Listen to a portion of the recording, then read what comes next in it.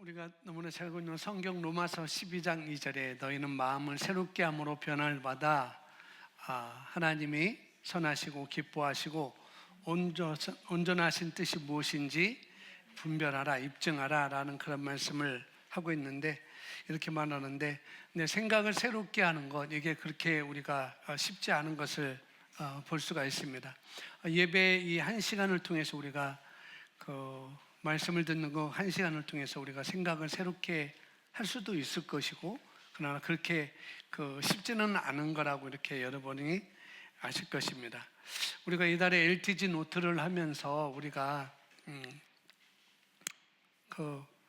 결국 우리가 그 LTG 노트를 하면서 우리가 하는 건 말씀을 묵상하는 거잖아요. 그 말씀을 묵상하고 또 그런 묵상하기 때문에 또 질문도 나오고 또 그 질문에 대해서 성경을 찾아서 다시 한번 우리가 적어 보기도 하고, 그런데 누가 질문을 만들고 그런 게 중요한 게 아니고, 우리가 이 LTG 성경을 읽으면서 결국은 말씀을 묵상하는 겁니다. 말씀을 묵상하는 건데, 근데 이 말씀이 또 묵상하는 것도 그렇게 쉽지가 않다는 거죠.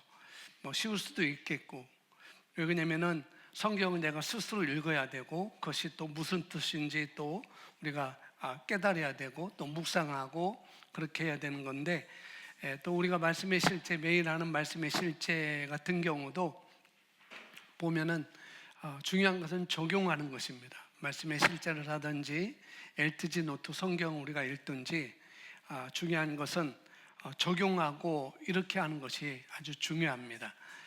사실은 적용할 때 그 말씀을 내 삶 가운데 내가 적용할 때 그 내 삶에 역사하는 것이고, 그냥 적용하지 않으면 내 삶에 역사하지 않습니다. 적용하는 자에게 그 말씀이 역사하는 것이고, 또 그게 신앙생활이기 때문에 말씀을 듣고 말씀을 읽고 내가 그 말씀을 묵상하고 내게 적용하는 것이 신앙생활이기 때문에, 그래서 적용이 없으면 안 된다는 거죠. 오늘 말씀을 듣고도 우리가 적용이 없으면 안 되는 거죠. 그래서 여러분, 성장하느냐 안 하느냐, 그거밖에 없어요. 내가 그 말씀을 듣고 성장하느냐 안 하느냐, 그거밖에 없습니다. 적용을 했냐 안 했냐, 그거라는 거죠. 그래서 지금 이제 이런 훈련이 잘 되시면은 LTG 성경 읽기 하고 또 말씀의 실제를 하고 묵상하는 훈련을 잘 하시게 되면은 또 앞으로 그런 사람들은 앞으로 계속 그거를 잘 할 것이고요. 또 개개인마다 다 조금씩 다 다르겠지만은, 그래서 지금 이렇게 우리가 LTG 성경 읽기 하고 묵상하고 그걸 또 적용하고 답을 찾아서 적어보고 그걸 또 내 삶에 적용하고 그렇게 하다 보면은 그것이 바로 틀을 잡아놓는 거거든요. 그래서 예전에 제가 그 고등학교 때인가 방학 때 시내에서 벽돌이 아니고 브로커라는 것이 있습니다. 구멍 3개 뚫리고 브로커 공장에 가서 제가 그걸 찍는 아르바이트도 아니고 그냥 우리 친구 아버지가 그거 한다고 해서 한번 가서 그거 브로커도 찍어보고 그랬었는데, 그냥 그 손으로 만든 게 그 틀이 있어요. 틀이 있는데 그 시멘트에 그냥 그 틀을 집어 넣었다가 빼면은 그 브로커가 구멍 3개짜리 구멍이 딱 네모 직사각형의 그 브로커가 딱 나오게 되죠. 역시 마찬가지, 우리가 말씀을 읽고 또 말씀의 실제를 하고 또 묵상하고 적용을 하고 그러면은 그런 것들이 다 틀을 만드는 거라는 거죠. 그 틀만 만들어 놓으면은 앞으로도 계속 그것을 지속할 수 있는 것이고, 그렇습니다. 근데 이런 걸 할 때 좀 자기가 맞게 조금씩 변형시켜 가셔도 되고요. 그래서 이 적용하는 게 정말 중요하다는 것, 이렇게 말씀을 드릴 수가 있습니다. 별거 아닌 것 같지만 성경을 읽고 거기에 대해서 문제를 우리가 풀고 또 말씀의 실제를 읽고 거기에 대해서 내가 어떤 말씀을 내가 끄집어내서 내 삶에 적용하고 또 그러는 것들, 그런 훈련을 우리가 하는 것이 굉장히 중요합니다. 그냥 말씀의 실제도 그냥 쭉 읽는 것보다도 그냥 그 말씀의 실제 내용 가운데 이것은 내 삶에 내가 이렇게 적용해야겠다라는 그런 부분들을 내가 끄집어내서 내가 적용해 나가는 것, 그게 훈련을 하는 거거든요. 그래서 지금까지 뭐 20년, 25년, 23년 이렇게 교회를 이렇게 해오면서 제가 항상 가지고 있는 질문은 어떤 사람들은 누군가는 꼭 낙오하게 되어 있다는 거죠. 수많은 사람들이 거쳐왔고 여러분들이 수많은 사람들을 전도했고 제가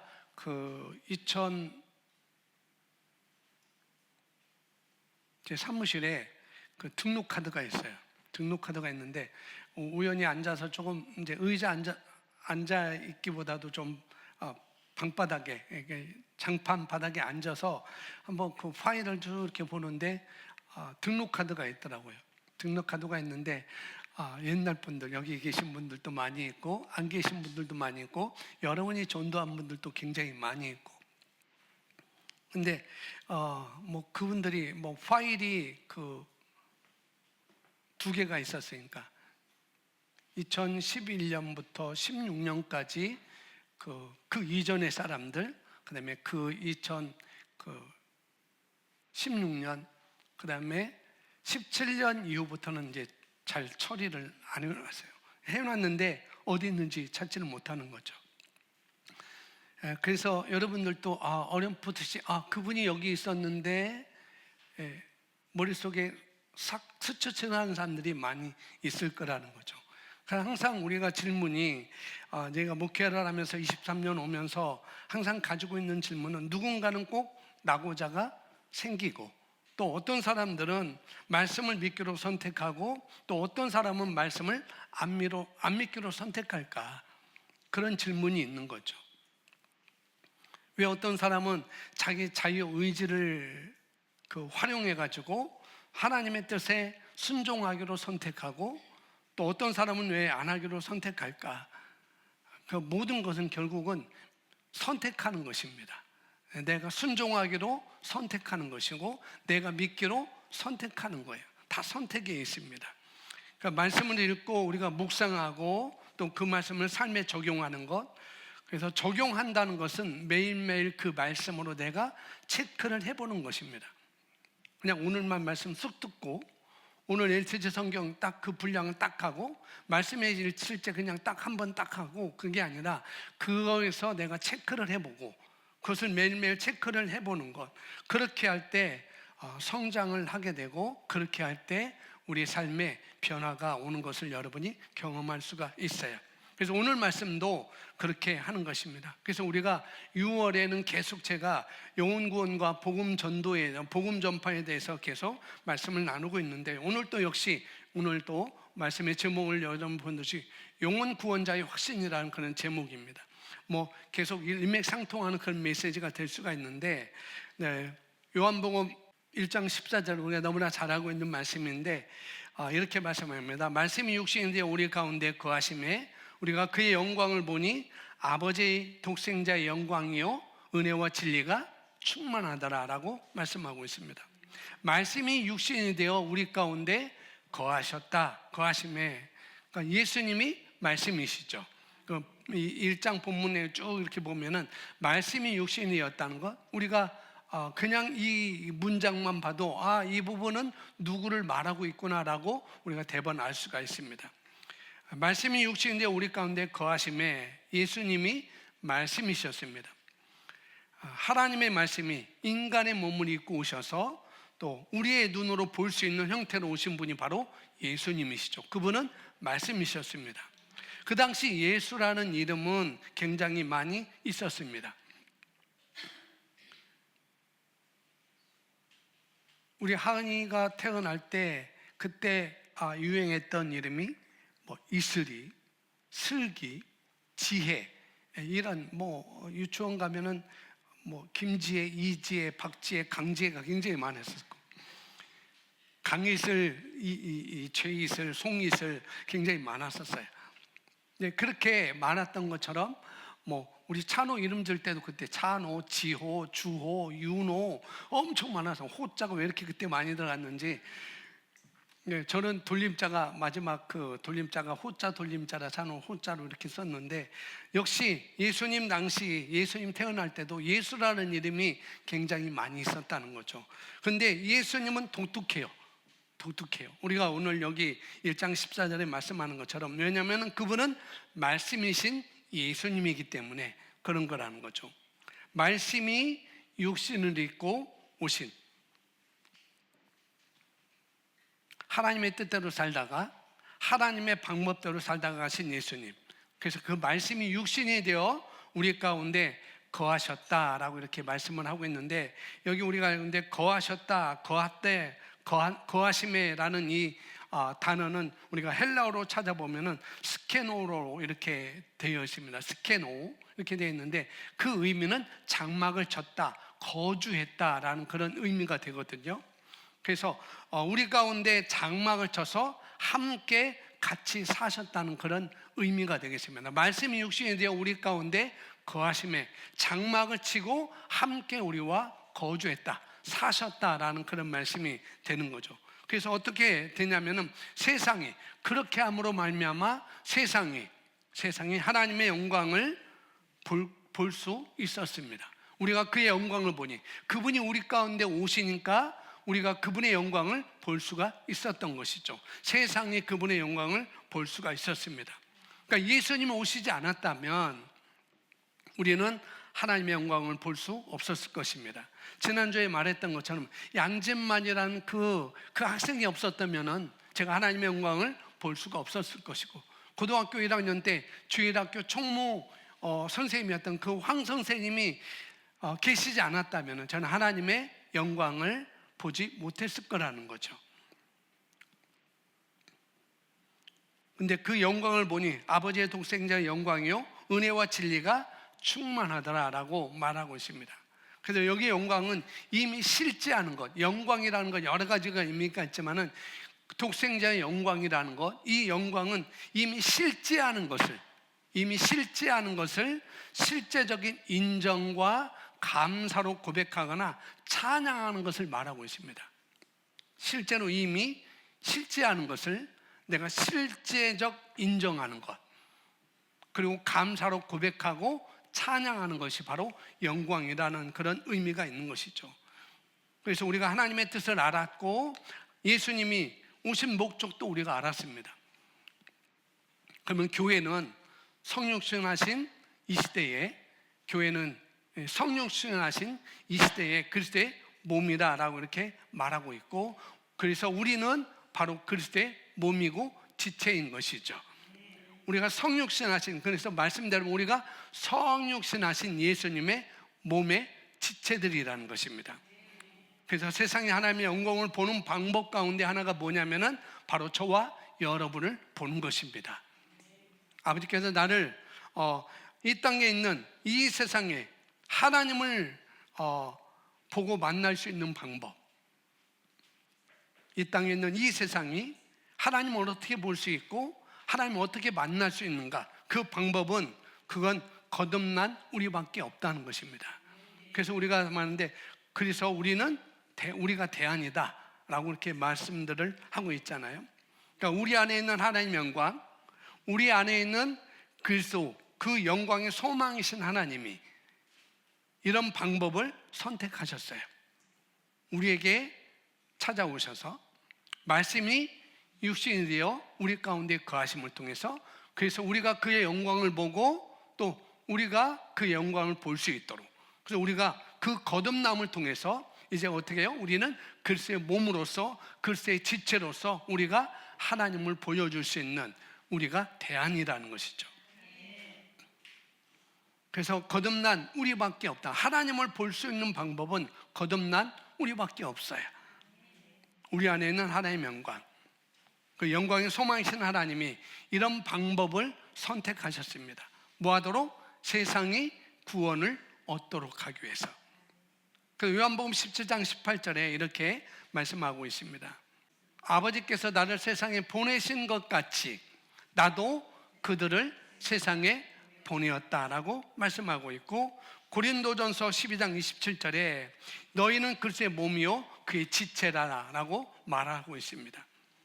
그래서 저와 여러분은 성도로서 교회로, 또 그 교회는 그의 몸이다라고 이렇게 말씀하고 있고, 그 다음에 마가복음 10장 45절 우리가 너무나 잘 알고 있는 말씀처럼 나는 섬김을 받으러 온 것이 아니라 도리어 섬기러 왔다라고 이렇게 말씀을 하고 있습니다. 그 예수님은 자기가 주인공이 아니셨어요. 말씀이 육신이 되어 이 땅에 오셨는데, 근데 그분은 자기가 주인공이 아니었다는 거죠. 주인공은 잃어버린 세상이었습니다. 주인공은 잃어버린 동전이었고 드라크마였고, 잃어버린 양이었고, 잃어버린 아들이었다는 거죠. 잃어버린 우리들이었습니다. 왜?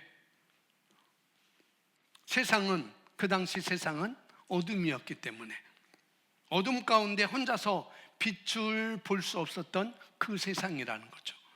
요한복음 9장에 보면은 9장 1절 2절 이렇게 봅니다. 함께 읽습니다. 예수께서 길을 가실 때에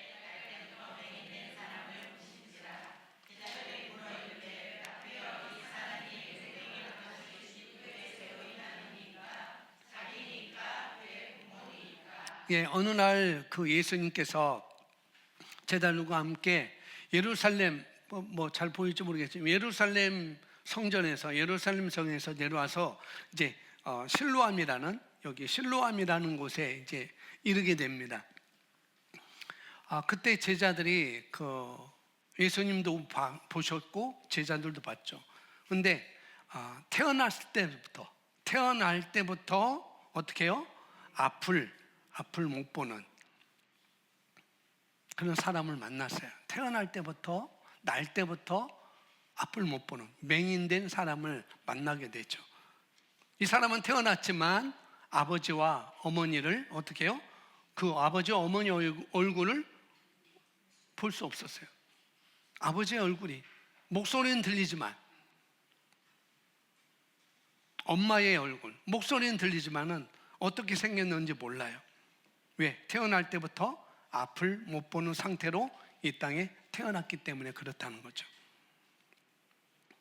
지난주 12일 목요일 날에 우리가 한글로 그리스 아카데미에서 애들과 함께 라미 작가님이 하고 있는 한국전쟁 참전용사를 찾아서 특별전 전시회를 우리가 다녀왔습니다.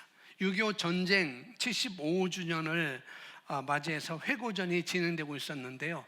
그때 마침 6.25 전쟁에 참여했던, 특별히 미국 볼티모어에서 태어났던 17세 소년, 그분이 6.25 참전하게 되고, 그때 당시 17살이었던 나이에 한국 전쟁에 파견되어서 자기 나라가 아니고 자기 부모를 위한 것도 아니고 자유 대한민국을 위해서 목숨을 바쳤던 제림 골더 선생님이 오신다고 해서 우리 특별히 거기에 가게 됐습니다. 아마 여러분 유튜브에 찾아보면 그분에 대한 영상이 나올 것입니다. 17세에 자기 친구들과 함께 한국 6.25 전쟁에 참전해서 결국 이분은 살아서 이제 다시 자기 고향 땅 볼티모어로 가게 됐는데, 우리가 학동역에 내려서 제가 이제 이분이 6.25 참전용사 외국 분들이 온다는데 이분들에게 뭘 해드릴 수 있는 게 뭘까, 그런 고민을 많이 했습니다. 근데 시간이 촉박해서 제가 선물을 준비를 할 수도 없었었고 그랬는데, 학동역에 학동역에 가보니까 어떻게 됐냐면은 거기 꽃가게가 있었어요. 예쁜 꽃가게.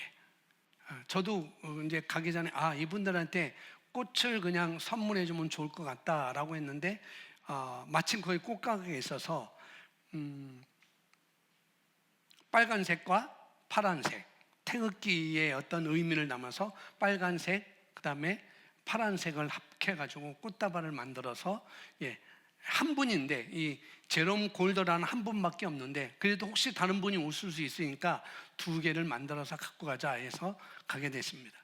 그래서 꽃을 사러 갔는데 거기 꽃이 너무나 많은 거예요. 이름 모를 꽃들이 너무 많은 거예요. 빨간색도 있고 노란색도 있고 보라색도 있고 푸른색도 있고 엄청 많았습니다. 너무 이쁘더라고요. 근데 우리는 그것을 볼 수 있잖아요. 여러분 지금 밖에 나면 그 아름다운 꽃들을 볼 수 있잖아요. 그런데 오늘 여기 이게 태어났을 때부터 맹인된 이 사람은 하나님께서 아름답게 만드신 그 향기나는, 물론 향기는 맡을 수 있지만 아름다운 그 꽃들을 전혀 볼 수가 없는 것이죠. 냄새로, 향기로는 맡을 수 있을지언정 그 아름다운 색의 느낌은 이는 느낄 수가 없어요. 이 사람에게 노란색이라는 것, 이 사람에게 보라색이라는 것, 이 사람에게 빨간색이라는 것, 이 사람에게 파란색이라는 것, 그 꽃의 오묘함을 설명해줘도 이게 장미꽃이야, 이게 카나리아야, 이게 안개꽃이야 라고 아무리 말해줘도 그 사람은 모르죠. 이해할 수가 없을 거예요. 이 사람은. 왜냐하면 맹인이잖아요. 앞을 볼 수가 없잖아요. 어둠 가운데 있는 사람입니다. 어둠 가운데 있기에 아무리 말해봐도 그 사람은 그게 어떤지 상상조차 할 수 없어요. 이 사람은. 왜냐하면 이 사람은 날 때부터 앞을 볼 수 없기 때문에 그런 거죠. 그래서 제자들 그 사람이 불쌍해서 예수님께 여쭤봅니다. 선생님, 랍비요, 예수님, 이 사람이 태어날 때부터 맹인인 이유는 누구의 죄 때문입니까? 라고 말합니다. 왜냐하면 그 당시 유대인들의 견해에서는 뭐냐면은 장애인으로 태어났거나 질병을 가지고 있거나 질환을 앓고 있으면은 다 그들은 죄의 결과로 하나님께서 징벌하셨다, 하나님의 저주다라고 이렇게 생각을 했기 때문에 그들은 그들은 죄인이었고 그들은 부정한 사람이었기 때문에 가까이 가지도 않았습니다. 부정한 사람들이었죠. 그래서 제자들이 예수님께 이 사람은 태어날 때부터 그랬는데 이 사람이 태어날 때부터 그런 이유는 무엇입니까? 그게 부모의 죄 때문입니까? 아니면 이 사람의 죄 때문에 그렇습니까? 라고 이렇게 물어보게 됩니다. 그 예수님은 그 제자들 질문에 한마디 하시죠. 뭐라고 하냐면은 3절에 보면은 예수께서 대답하시되 이 사람이나 그 부모의 죄로 인한 것이 아니라 있습니다. 그에게서 하나님이 하시는 일을 나타내고자 하심이라.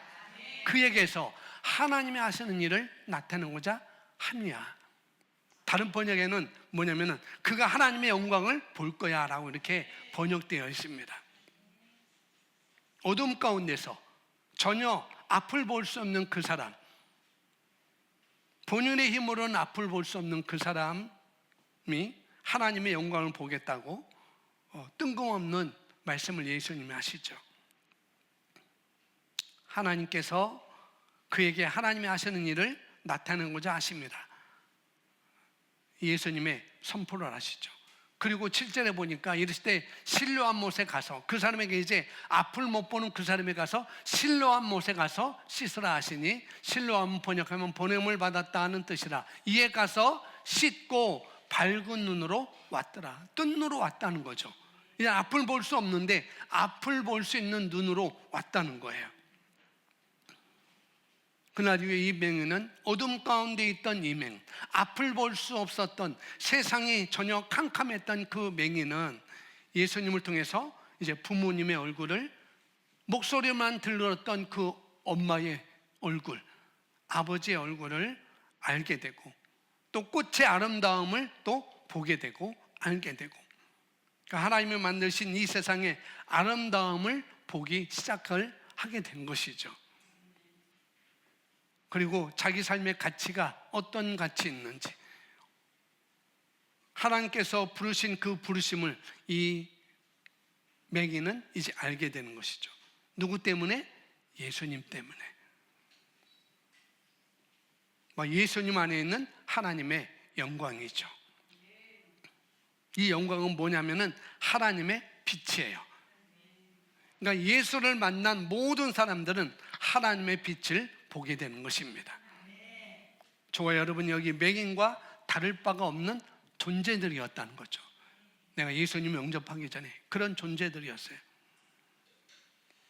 우리가 알다시피 예수님이 공생의 사역을 시작하기 전에 마태복음 4장에 보면은 예수님께서 이제 마귀에 이끌려서 시험을 받으러 가시죠. 근데 세 가지 시험하는데 아무리 마귀가 시험해도 마귀는 거기에 넘어지지 않아요. 흔들리지 않습니다. 하나님의 말씀으로 대적해서 결국은 마귀가 시험을 해요. 근데 예수님은 세 번 다 마귀 시험에 통과를 합니다. 통과하는 것보다도 이 마귀 시험을 다 물리쳐요. 너 그러냐? 에이, 말도 안 되는 소리 하지 마라. 너 그러냐? 이 말도 안 되는 소리 하지 마. 그래서 하나님의 말씀으로 다 대적해서 시험에서 이기게 되죠. 마귀는 아무것도 얻지 못하고 그냥 성경에 보니까 마귀는 떠나갔다라고 이렇게 말을 하고 있습니다. 그래서 제자 마태는 그 사건 이후에 이 마귀의 시험 이후에 예수님의 사역을 시작했던 예수님의 사역의 시작을 예언했던 구약의 말씀을 가져와서 선포합니다. 뭐라고 하냐면은 흑암에 앉은 백성이 큰 빛을 보았고, 예수님이 이제 마귀의 시험을 이기셨어요. 그리고 이제 이 하나님의 사역을, 그 하나님의 하시는 일을 하나님의 아들로서 공생에 시작하는 그 시작 직전에 마태가 그런 말을 하죠. 흑암에 앉은 백성이 큰 빛을 보았다. 사망의 땅과 그늘에 앉은 자들에게 빛이 비쳤다라고 이렇게 선포를 하고 있습니다.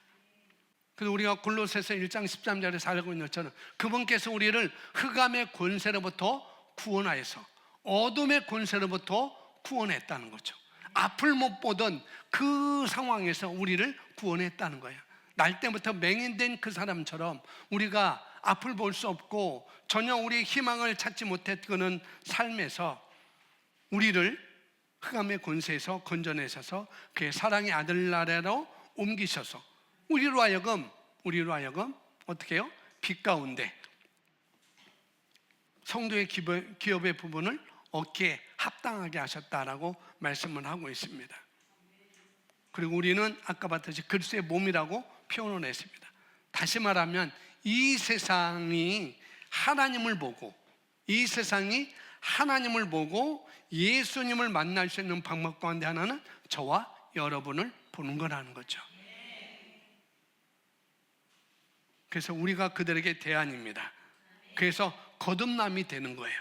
그래서 거듭나서 자기의 부르심을 알게 되고, 자기의 부르심을 알게 되면 그 사람이 또 하나님의 영광으로서, 하나님의 빛으로서, 그리스도의 몸으로서 그 사람의 오이코스에서, 그 사람의 삶에서 복음을 전하고 제자를 만들고 공동체를 만들고 교회를 세우는 일들을 일어나게 되는 거라는 거죠. 이게 거듭남의 시기입니다. 이 세상 사람들은, 어둠 가운데 있는 자들은 어그러지고 거스리고 그런 거스리는 세대 가운데 있는 맹인들이죠. 앞을 못 보는 맹인들. 그래서 성경은 그들은 하나님이 자기를 사랑한 자들을 위해서 예비하신 모든 것을 눈으로 보지 못하고 귀로도 듣지도 못하고 사람의 마음으로도 생각하지 못하는 사람들이라는 거죠. 이런 사람들, 그들은 하나님을 볼 수도 없고 알 수도 없어요. 눈으로 보지도 못하고 귀로 듣지도 못하고 사람의 마음으로 생각하지 못합니다. 그런 사람들한테 하나님이 우리를 세상의 빛들로 나타나게 하셨어요. 그런 사람들이, 앞을 못 보는 그들에게, 앞을 못 보는 맹인에게 예수님이 오셔서 그에게 하나님이 하시는 일을 보게 될 것이다 라고 하신 것처럼, 그 맹인이 예수님 때문에 눈을 뜨고 자기 부모를 알고 이 하나님 만드신 자연세계를 다 만끽하고 또 자기의 부르심을 따라서 사는 것처럼 우리 또한 그런 존재였던, 근데 그런 우리를 세상의 빛들로 나타냈다라고 말씀하고 있습니다. 자, 마태복음 5장 14절에 이렇게 말합니다. 읽습니다. 너희는 세상의 빛이라 산 위에 있는 동네가 숨겨지지 못할 것이요 이제 너희가 어둠이었는데, 우리가 어둠이었는데 이제는 너희는 세상의 빛이라라고 우리의 부르심에 대해서 말씀해 주고 있어요. 우리가 어떤 존재인지 말씀해 주고 있습니다. 옆에 사람이 고백합니다. 당신은 빛입니다. 당신은 빛입니다. 당신은 빛나십니다. 당신은 밝게 빛나십니다. 당신을 통해서 세상이 예수님을 보게 됩니다. 아멘. 너희는 세상의 빛이라. 너희는 세상의 빛이라. 산후에 있는 동네가 숨기지 못할 것이요. 그러면서 16절에 이같이 너희 빛이 사람들한테 비치게 하여. 너희가 세상의 빛인데 그냥 숨겨두지 말고 너희 빛이 사람들 앞에 어떻게 비치게 해라 라고 말합니다. 대상이 있어요. 대상. 너희는 빛인데 어디에 빛이라고요? 세상의 빛이라는 거예요. 세상. 대상이 있는데 세상입니다. 세상의 빛들이라는 거죠. 너희 빛이 사람들 앞에, 세상 사람들 앞에, 불신자들 앞에 비치게 하라. 그 말을 하고 있습니다. 그러면 그들로 너희 빛이 그들에게 비춰지면, 내가 세상의 빛인데 그 빛이 그들에게 비춰지면 너희 착한 행실, 선한 행실을 보고 하늘에 계신 너희 아버지께 영광을 돌리게 하라. 이렇게 말씀을 하고 있습니다. 그래서 에베소서 5장 너희가 전에는 어둠이더니 이제는 주 안에서 뭐라고 그래요? 빛이라요. 그러면 빛의 자녀들처럼 행하라라고 말씀하고 있습니다. 빛인데 빛이 되려고 할 필요가 없어요. 그러니까 빛이니까 빛의 자녀처럼 살라는 것이죠. 전에는 어둠이었더니 우리가 예전에 어둠이었습니다. 빛을 볼 수가 없었어요. 그런데 이제는 주 안에서 빛이라. 빛의 자녀들처럼 행하라. 빛의 자녀처럼 행하는 방법을 우리가 교회 안에서 훈련하고 연습하고 우리가 우리 오이코스에서 그것을 행할 수 있는 것입니다. 나의 세상에서, 나의 삶에서 이것을 우리가 할 수 있는 거라는 거죠. 그러면서 에베소 4장 11절 어떻게 하는가? 그가 어떤 사람은 있습니다. 시작.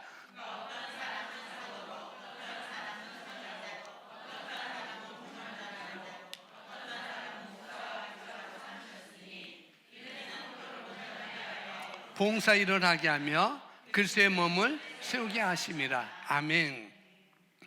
여기서 우리의 부르심의 목적이 나오는데 이는 성도를 온전케 하여 봉사의 일을 하게 하며, 이 봉사의 일을 하게 한다라고 할 때 영어로 보니까 미니스트리라고 이렇게 나와 있습니다. 그러니까 미니스트리는 뭐냐면은 섬기다라는 그런 거예요. 섬기다. 예수님이 섬김을 받으러 온 것이 아니라 어떻게 해요? 세상, 우리를 섬기러 오셨잖아요. 세상을 섬기러 오셨습니다. 우리도 세상을 섬기러 나가는 것입니다. 그들로 하나님의, 우리의 착한 행실을 통해서 하나님의 영광을 볼 수 있도록 섬기는 일, 우리의 섬김을 통해서 그걸 복음을 전하든지 사랑의 아가페 사랑으로 섬기든지, 그렇게 섬김을 통해서 어떻게 그리스도의 몸을 세우는 일에 우리의 부르심이 있다는 것이죠. 성경을 보면은 영혼 구원하는 데 있어서 예수님도 그렇고 사도 바울도 그렇고 신약 성경 이 사도행전을 우리가 잘 보면은 그 복음서도 그렇고 그 사도행전을 보면은 영혼 구원하고 또 그 교회를 세우는 일을 보면은 동일하게 어떤 일어나는 패턴이 있습니다. 어떻게 교회를 세우고 영혼 구원하는가? 그 패턴이 뭐냐면은 무리를 전도하는 거예요. 무리. 마태복음에 보면, 마가복음도 마태복음에는 그 마태복음 5장에 예수님께서 무리를 보시고 불쌍히 여기셔서 산 위에 올라가서 이제 복음을 전하시죠. 그러니까 어떤 무리, 대중에게 복음을 전하는 것이 있습니다. 무리에게 복음을 전하는 것이 있어요. 또 하나는 개인의 삶 속에서 일어나는 영혼 구원입니다. 무리에게 복음을 전해서 영혼 구원하는 것이 있고, 또 개인의 삶 속에 들어가서 영혼 구원하는 것이 있습니다. 대부분 그런 패턴이 복음서에서, 사도행전에서, 예수님을 통해서, 사도 바울을 통해서, 제자를 통해서 볼 수가 있다는 것이죠. 그러니까 무리에게 전도하고, 그 다음에 개인의 삶 속에 들어가서 복음을 전해서 영혼 구원하고, 셀 개척하고, 그 다음에 셀 확장들, 교회 확장들을 자신의 세상에서 복음을 전하는 그런 것들을 우리가 볼 수가 있다는 것이죠. 그래서 한편 예로 이 마태복음, 이게 무리에게 전도하는 것은 복음서에 너무나 많이 나와 있어요. 무리에게 예수님이 말씀을 전하는 것. 오늘 그런 부분은 다 볼 수가 없고, 오늘은 사도행전의 18장 1절부터 3절 말씀 보면은 이 개인의 삶 속에 들어가서 그들과 함께 하면서 그들을 예수님께로 초청하는 그런 모습을 볼 수가 있습니다. 1절을 보니까 이렇게 시작합니다. 그 후에 바울이 아덴을 떠나 고린도에 이르러 아굴라라는 본도에 난 유대인 한 사람을 만나니, 글라디오가 모든 유대인을 명하여 로마에서 떠나라 한 거로 그가 그에 안아 브리스길라와 함께 이달리아로부터 새로 온지라. 바울이 그들에게 가매 3절에 생업이 같음으로 함께 살며 일을 하니 그 생업은 천막을 만드는 것입니다. 예. 자, 개인적인 삶이 뭐냐면은 시장에 간 사람, 나의 삶에, 또 일터에서 나의 삶, 일터에서 나, 시장에서 나의 삶. 바울이 고린도에 가서 생업이 같은 그 아굴라라는 부부를 만나게 됐죠. 그리고 나서 평일에 일을 같이 합니다. 생업이 같음으로 함께 살며 일을 같이 하는 거예요. 주말에 되면 이 바울은 또 회당에 가서 복음을 무리에게 또 전하기도 하고, 유대인들에게 복음을 전하기도 시작을 했습니다. 그리고 또 돌아와서는 함께 사는 그들에게 어떻게 해요? 함께 일하면서 이 아굴라와 브리스길라와 함께, 결국은 이 사도 바울이 전하는 사도 바울의 행동과 말을 듣고서 이들은 예수님을 영접하게 되고, 또 그 후에 아볼로를 통해서 정확하게 하나님의 말씀을 더 훈련받고 그 말씀을 적용하는 삶을 이 부부가 그런 삶을 살게 되죠. 사도 바울을 통해서 예수님을 영접하고, 아볼로를 통해서 말씀이 더 장착되고, 또 그 말씀의 삶을 사는 그 삶을 이 아굴라 이 부부가 그렇게 하게 됩니다. 그리고 나서 이 부부는 예수님을 영접하고 나서 이제 바울을 따라서 에베소에 가서 에베소 교회의 어떤 에베소 교회가 개척이 되게 하는 그 하나의 어떤 이론이 되게 하는 그런 사람들이 되었습니다. 에베소 교회 개척하는 것, 무리에게 가서 함께 있으면서 복음을 전해 듣고 예수님 영접하고 또 교회를 세우는 일에 함께하는 이 아굴라 브리스길라의 이 부부의 삶을 볼 수가 있습니다. 나중에 고린도전서 16장에도 이렇게 나와 있는데, 아시아의 교회들이 너희에게 문안하고 아굴라와 브리스가와 그 집에 있는 교회가 주 안에서 너희에게 간절히 문안하고 라고 이렇게 말하고 있습니다. 그러니까 아굴라와 브리스길라는 에베소 교회뿐만 아니라 어떻게 해요? 그의 집에도 교회 모임이 있었던 것을 여기서 말씀해 주고 있어요. 에베소 교회의 어떤 공동체로서 에베소 교회를 세우는 일에 그 일을 하면서 동시에 어떻게 해요? 그 집에도 교회가 있었던 거죠. 아굴라와 브리스가와 그 집에 있는 교회가, 그 집에도 어떤 또 다른 공동체의 모임이 있었다는 것을 볼 수가 있습니다. 에베소 교회라는 무리에서 교회를 세워가는 그런 일도 하고, 개인의 집에서 자기 개인의 삶에서 교회 공동체를 이루어가는 이 두 부의 모습을 볼 수가 있어요. 그러니까 패턴이 있다는 거죠. 물에게 복음을 전하고 또 하나는 개인의 삶 속에서 예수님을 만나게 하는 그런 것들을 여기서 볼 수가 있다는 거죠.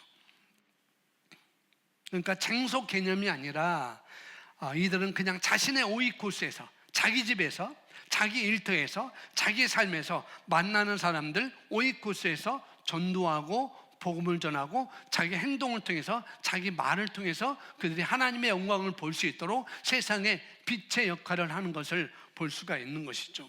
예수님도 그렇고 바울도 그렇고 사도행전 신약교회 행동을 패턴을 보면 대부분 무리를 전도를 하거나 또 회당이 아니면 시장터 가거나 아니면 기도하러 가다가 우연히 만난 사람을 복음을 전하거나 회당에서 전체적인 사람을 대상으로 복음을 전하는 일들을 계속 하는 것을 사도행전에 계속 사도 바울을 통해서 볼 수가 있는 것이죠. 그러나 이렇게 사도 바울도 그렇고 우리도 그렇고 이렇게 많은 사람들을 만나서 복음을 전하지만은 그러나 모두가 반응하는 것은 아니었다는 거죠. 사도 바울도 그렇고 예수님도 그렇고 모두가 반응하는 건 아니었어요. 그러니까 여러분 위로가 되시길 바랍니다. 그러나 거기에는 꼭 반응하는 사람이 있었다는 거죠. 거기에는. 그래서 반응이 있는 개인을 우리가 볼 수 있어야 돼요. 네이클로바, 열성인자를 볼 수 있어야 됩니다. 그래서 네이클로바를 찾는 것이죠.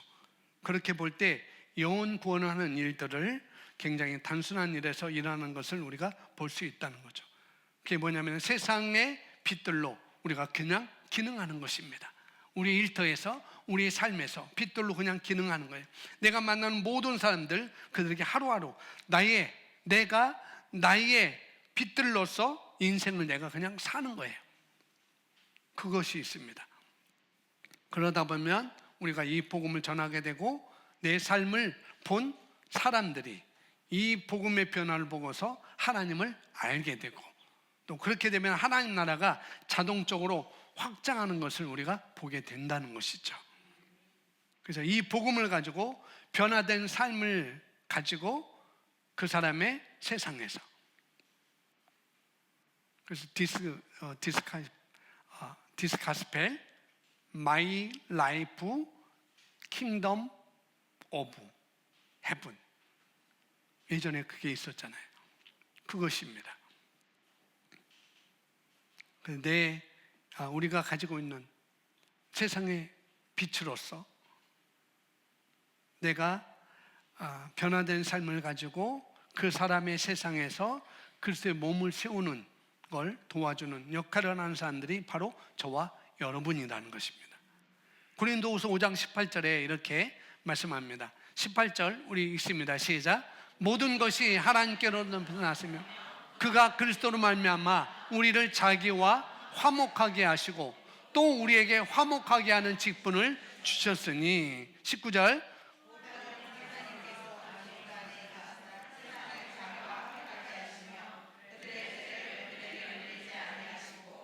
화목케 하는 말씀을 우리에게 부탁하셨느니라. 그러므로 우리가 그리스도를 대신하여 사신이 되어 하나님이 우리를 통하여 너희를 권면하신 것 같이 그리스도를 대신하여 간청하노니 너희는 하나님과 화목하라. 아멘. 그러니까 새로운 피조물의 메시지가 바로 18절 앞에 나오죠. 뭐라고 그래요? 누구든지 그리스도 안에 있으면 새로운 피조물이다. 이전 것은 지나갔으니 보라 새 것이 되었도다. 그렇게 얘기하는데 그 다른 번역에는 모든 것이 새롭게 되었도다라고 말하고 있어요. 개정성경에는 그냥 새롭게 되었다라고 하는데 다른 번역에 보면은 모든 것이 새롭게 되었도다라고 말하고 있죠. 그래서 이 고린도후서 5장 17절은 바로 우리의 정체성과 우리가 부름받은 새로운 인생에 대해서 나오는 선포의 말씀인 것이죠. 우리의 정체성, 그 다음에 부름을 받은 새로운 인생에 대한 그런 선포의 말씀인 것입니다. 보라 모든 것이 새롭게 되었도다라고 이렇게 얘기하면서 그 모든 것이 하나님께로부터 났으며라고 말하고 있어요. 즉 하나님으로부터 났는데 하나님은 빛이시죠. 하나님은 생명이시고 그 안에는, 그분 안에는 어둠이 없기 때문에 하나님으로부터 나온 모든 것이 바로 우리에게 새롭게 된 삶이고 생명이고 빛이고 운명이고 그런 인생이 바로 저와 여러분이라는 것입니다. 그런 가운데서 하나님께서 그리스도로 말미암아 우리를 자기와 화목하게 하시고 우리에게 뭐예요? 화목하게 하는 직분을 주셨으니 라고 이렇게 얘기를 하고 있습니다. 어떤 특별한 사역자로 부름받은 그런 사람들, 선교사로 부름받은 사람들, 목사로 부름받은 사람들 뿐만 아니라 모든 그리스도인들의 사명이 바로 여기에 나와 있습니다. 우리를 자기와 화목하게 하시고 또 우리에게 화목하게 하는 직분을 우리에게 주셨다는 거예요.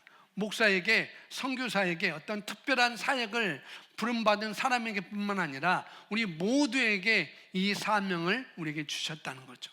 화목하게 하는 직분을 우리가 다 받았습니다. 그러면 19절에 보면은 이렇게 이야기합니다. 하나님께서 그리스도 안에 계셔서 세상을 자기와 화목하게 하시며 그들의 죄를 그들에게 돌리지 아니하시고, 화목케 하는 말씀을 우리에게 부탁하셨느니라.